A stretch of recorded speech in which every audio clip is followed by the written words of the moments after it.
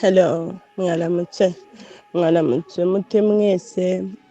Guys, ntabwo mbizi ko mwumva ikigande, ntabwo mbizi ko mubyumva, ariko ndabinginze ushobora kumvamo duke asobanurire mugenzi we.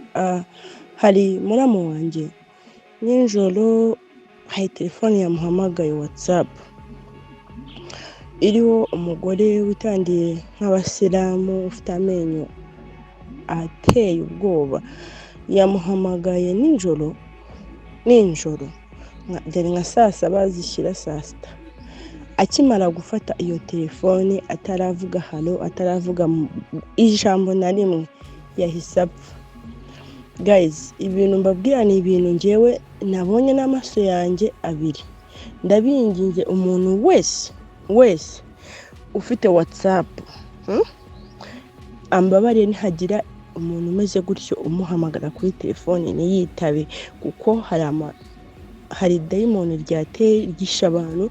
Ndakubwira Uganda rimaze kwica abantu ngo nka 20. Ndabinginze inshuti zanjye hatagira umuntu witaba iyo telefone. Mwakoze.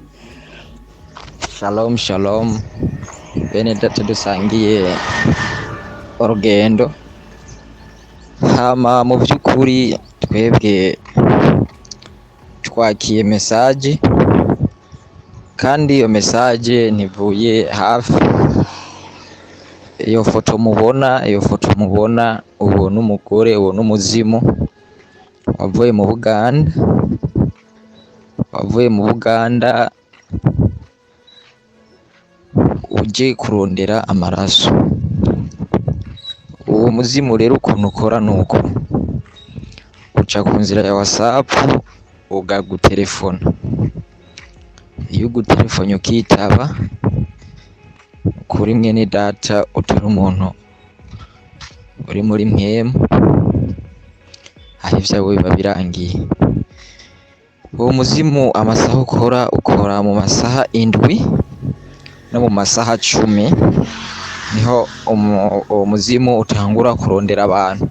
Hari benshi usanga bakiri ku mirongo saha 7, saha 8, saha 10, bakiri ko baracatinga n'inshuti n'imiryango, abagenzi.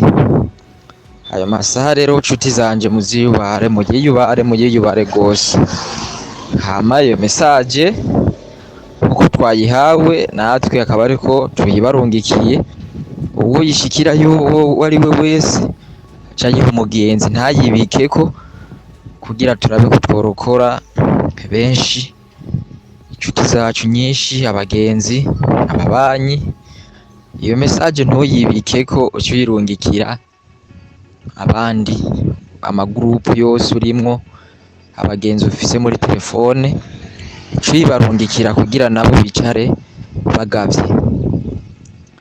N'umugore w'umwisilamu kwenye ubona yitwikiriye kuri iyo foto, afise amaso nk'ay'akayabu. Umugore rero akoresha, niwabona inimero ukabona ko iyo foto ntuze witabe umuntu w'Imana, ntuze witabe.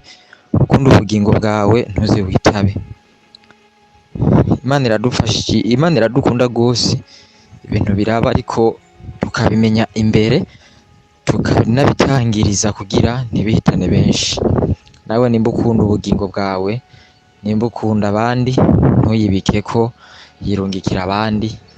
Nawe Imana iraguhezagira kuko uzoba ukoze. Shalom, Imana ibafashe.